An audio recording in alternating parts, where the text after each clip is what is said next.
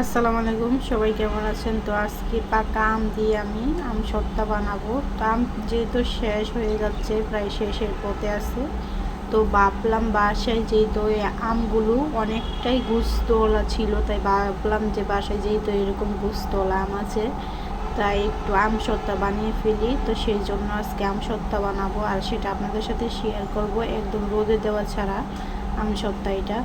তো যে যেখান থেকে দেখতেছেন অবশ্যই ভালো লাগলে চ্যানেলটাকে সাবস্ক্রাইব করে রাখবেন এবং লাইক কমেন্ট করতে ভুলবেন না। ভালো লাগলে একটা লাইক কমেন্ট করে দিবেন। তো আমগুলো কেটে এখন নিয়ে নিলাম। এখন এই আমগুলোকে আমি সিদ্ধ করব না, সিদ্ধ না করে আমি এটা ব্লেন্ডার করে নেব। এই জন্য ব্লেন্ডারের মধ্যে ভিনেগার, একটু পানি বদলে একটু ভিনেগার দিয়ে দিলাম, দিয়ে এখন ব্লেন্ডার করে নেব। এই তো ব্লেন্ডার করা শেষ। এখন পাঁচফোড়নটা একটু টেনে নিচ্ছি, টেনে তারপরে গুঁড়ো করে দেবো। সাথে 4টে শুকনো মরিচও দিলাম। তো মিশ্রণটা কত সুন্দর মিহিন হয়েছে দেখতে পাচ্ছেন।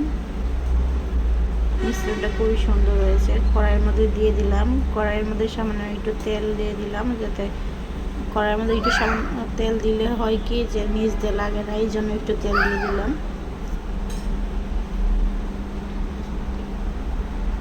আর এটা বানাতে বানাতে আমার ছেলে তো সহ্যই হচ্ছিল না, সে একটু পরে পরে বলছিল আম্মু শেষ হয়নি এখনো, আমি খাবো। এত সুন্দর গ্রান বের হয়েছিল। পাকা আমটা এইভাবে সিদ্ধ করলে বা এইভাবে দিলে এত সুন্দর স্মেল বের হয়, মাশাল্লাহ। এত সুন্দর গন্ধে একদম গড়টা মোমো করছিল, মৌমাছিদের মতো। অনেক সুন্দর একটা গ্রান বের হয়েছে। পাঁচফোড়নটা দেওয়ার পরে কিন্তু এটার গন্ধটা খুবই সুন্দর আসছিল।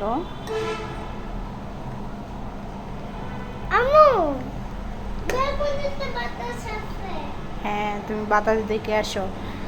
তো এখানে এটাকে লাড়তে হবে কতক্ষণ, সেটা হচ্ছে যতক্ষণ পর্যন্ত হাতের মধ্যে আটালোভাবে না লেগে যায়, ততক্ষণ পর্যন্ত এটাকে নেড়ে ছেড়ে জাল দিয়ে নিতে হবে। এখন তো আমার জাল দেওয়া শেষ হয়ে গেছে, আটালো ভাব হয়ে গেছে, হাতের মধ্যে ধরে দেখেছি আটালো আটালো ভাব হয়ে গেছে।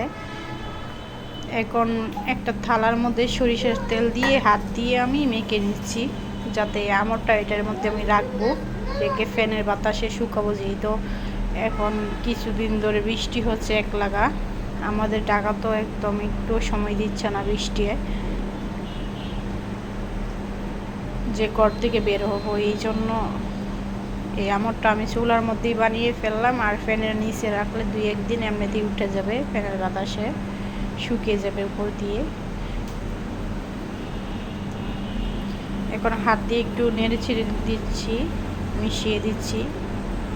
আর এটা আপনারা পাঁচফোড়ন না দিয়ে আমট না বানিয়ে এটা যদি নামিয়ে রেখে দেন, পাউরুটির লগে সস যেভাবে খায় ঠিক সেভাবে কিন্তু এটা খেতে পারবেন, জেলের মতো বা সসের মতো হবে। এটা ফ্লেভারটা কিন্তু খুবই ভালো লেগেছিল। আমি আমার ছেলের জন্য কিন্তু একটু রেখে দিয়েছি, আমার ছেলে বারবার বলতেছিল, সেই জন্য রেখে দিলাম। ওর জন্য একটু অফ খেয়ে অনেক খুশি হয়েছে।